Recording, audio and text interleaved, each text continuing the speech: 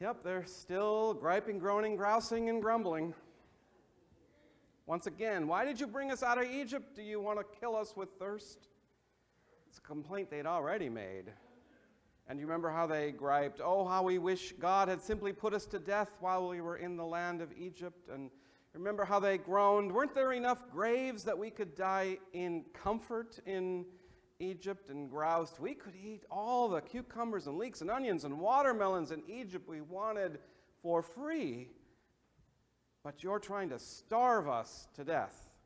And now they're back to grumbling about dying of thirst. So Moses did as God instructed and hit a rock to make water gush forth and called that place quarreling and testing because they were testing and quarreling with God. Yes. After everything that's happened, they still didn't get it. God has come through for them time after time. Of course, one could say that God should have acted years earlier and shortened their suffering. And when God sent Moses and Aaron to secure their release from Pharaoh, admittedly at first it made things worse. But God made up for it with boils and blisters and bugs, 10 disasters, one right after the other, some a little too extreme in my humble opinion. But when Pharaoh relented and finally let the people go, God opened the sea for them to walk through and closed it back up for the Egyptians who were in hot pursuit.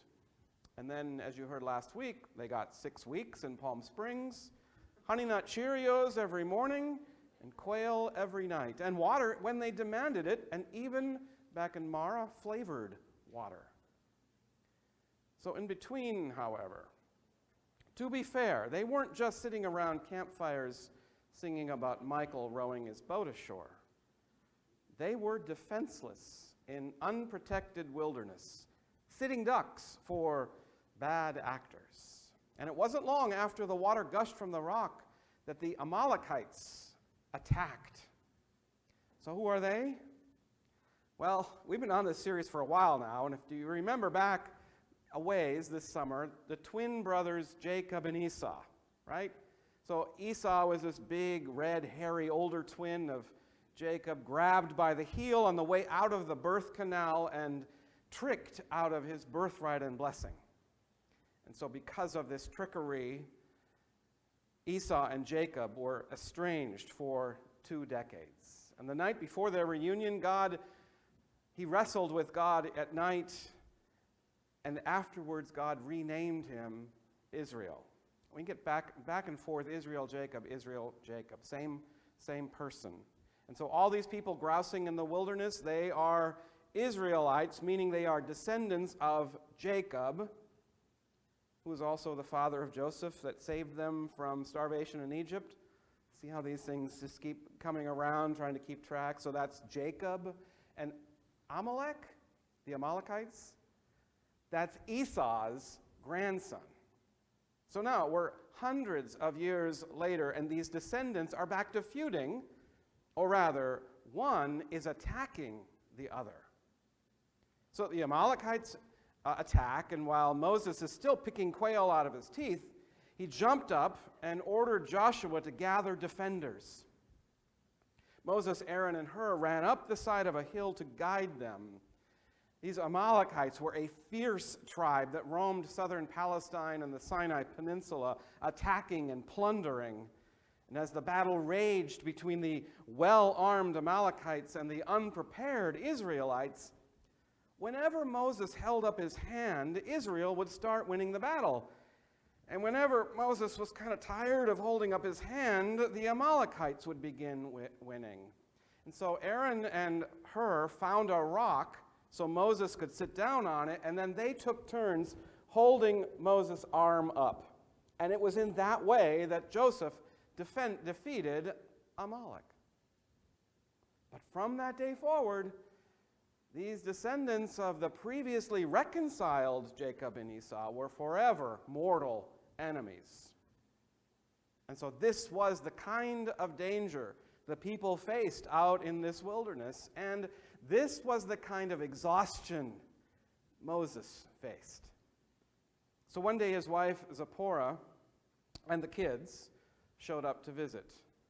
They hadn't seen each other now for years. Moses was always super busy and couldn't come home for dinner most nights, because of his demanding schedule of blisters, boils, and bugs. So at some point, Zipporah and the kids went back home to live with her father, because Egypt was no place for children. And, if I were Moses, would I want my children and spouse to watch me get griped at by people who should have been grateful? So Moses' father-in-law, Jethro, came along too with them, and one night he pulled Moses aside and asked how he was doing. He could see how exhausted Moses looked and wanted to offer some fatherly advice. Get help. You see, in addition to enduring the never-ending complaints against him and fighting off warring tribes, Moses had been working as a mediator between every party in dispute among the people too. So Jethro told Moses to pick some well-respected and capable persons to serve as judges, and they could be responsible for smaller groups of people. They can hear cases, and anything they can't handle, they bring those to you. It was pure common sense. And Moses listened to his father-in-law. There's a line in the scripture that says, Moses listened to his father-in-law. Moses listened to his father-in-law and did as he said. And it was so brilliant that Israel maintained that system of judges for centuries. So here we are now exactly 3 months after the Israelites left Egypt. They entered the Sinai desert and set up camp in front of a mountain. And God called to Moses from that mountain, "Tell the people, you see what I did to the Egyptians and how I lifted you up on eagle's wings and brought you to me? So now if you faithfully obey me and stay true to my covenant, you will be my most precious possession out of all the peoples of the earth. You will be a kingdom of priests for me and a holy nation." It's really a tender and loving moment. And Moses told this to the people, and they all responded with one voice, "Everything God has said, we will do." And then God told Moses, "I'm about to come to you in a thick cloud, in order that the people will hear me talking with you, so they will always trust you."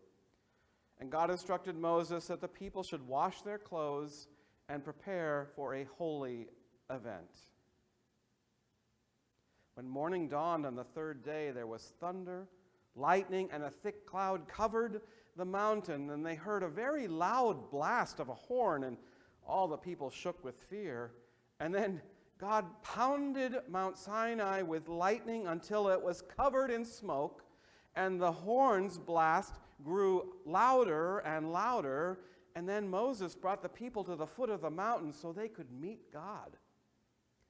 But they were warned not to come too close, or they would fall dead from pure holiness.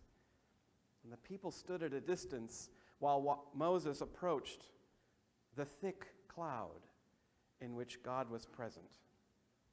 And Moses then went up the side of the mountain. And he'd come back carrying something that would forever shape the identity of the people. And we'll find out what that is next week, but you can probably already guess without trying too hard what he was carrying down. Moses approached the thick cloud where God is present. Some translations say the thick darkness, which I really love.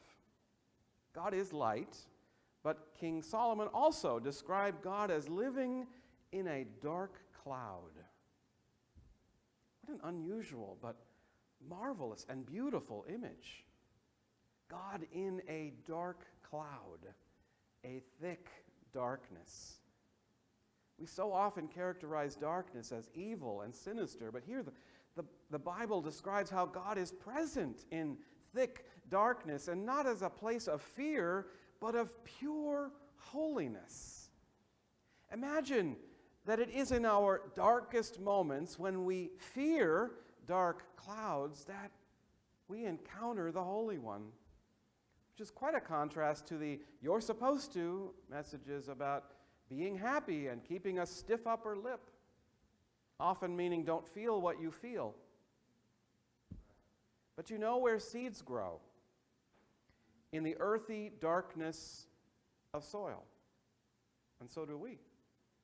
And where does human life begin to grow? In the darkness of the womb. It is often during the dark nights of the soul that we most readily engage with what is real. Below the surface of everything is fine, and wrestle with ultimate meaning and questions of faith. And I'm not opposed to being optimistic and staying positive, except when it's false and fake. Now, some translations also interpret thick or dark as dense, as in God dwells in a dense cloud, can't see through clearly. And some days that feels about right too. Earlier this week in the daily devotional email from the UCC, Quinn Caldwell talked about how so many of us would like answers to be easier, the direction we go clearer, and the rules to every situation more black and white. If only there was a search engine called www.whatshouldidodnow.com. And I tried, and there isn't one, so in case any of you want to claim that. A few years ago, I led one of my more popular Lenten studies on a book called I'd Say Yes, God, If I Knew What You Wanted. And there is definitely an appeal to certainty and a faith that tells us exactly what to do. Beware any faith that tells you exactly what to do. Instead of faith full of easy answers, clear direction, and everything laid out in black and white, Quinn expresses gratitude that we have ancient witnesses and guides to follow, modern sages and teachers, companions for the road, a mind I'm trying to keep open, a still small voice inside, and communities of other confused souls who feast and fight and pray and love so hard, I'm pretty sure any path we're on is God's. Now, of course, there are the 10 Commandments, but even they are not all easy answers in black and white. And so what I say is the bottom line: we should not fear dark clouds or unknowing, because in them we find the holy God. And so back to the story for today. Meg Janista said, if we could sum up the problem God's people faced in the wilderness, it wasn't starvation or thirst, but rather that they kept forgetting to remember. They kept coming up against obstacles and immediately quarreling with Moses. They misremembered a sentimental version of their own slavery and accused God and Moses of ill intent. After waking up every day, collecting their daily provision, they complained while still talking with manna crumbs falling out of their mouth. We're going to die of thirst. They had not yet turned their grousing into gratitude, so God enrolled them in a 40-year training program. So just to be clear, gratitude is not sunshine and balloons and having no problems. Gratitude is knowing and trusting that God provides. And it may not be in the form of food on our table every day, but God does provide. And I asked the members of our Thursday lunch and lectionary group, how? And one offered a list. God provides me with hope and comfort and beauty and life and faith that it will all work out. And one participant said, I take a walk and find an answer. Another participant said, not solutions, but questions. God provides me with questions, and if I didn't have faith, I wouldn't have so many questions, such as who is my neighbor and how do I love? I wouldn't ask those questions. I wouldn't think about those things if God didn't provide me with questions to make me reflect and examine my life. Another participation agreed and came right in. God provides me with lots of questions, both good and frustrating ones, but also the capacity to hold these in tension, finding answers in them. How would you answer that question? What does God provide for you? But then, also, how do we express gratitude? And my favorite answer from the group was this: we express our gratitude by following through on a promise. I love that. We also express gratitude by paying attention and helping people and so much more. And their advice for the grousing complainers: ask them, where is the gift in your troubles? Not for the food and water, but gratitude for who we are becoming because of this journey of discovery through thick, dense, and dark clouds. People say all the time, seeing is believing. But really, belief shapes what we see. And they don't yet believe.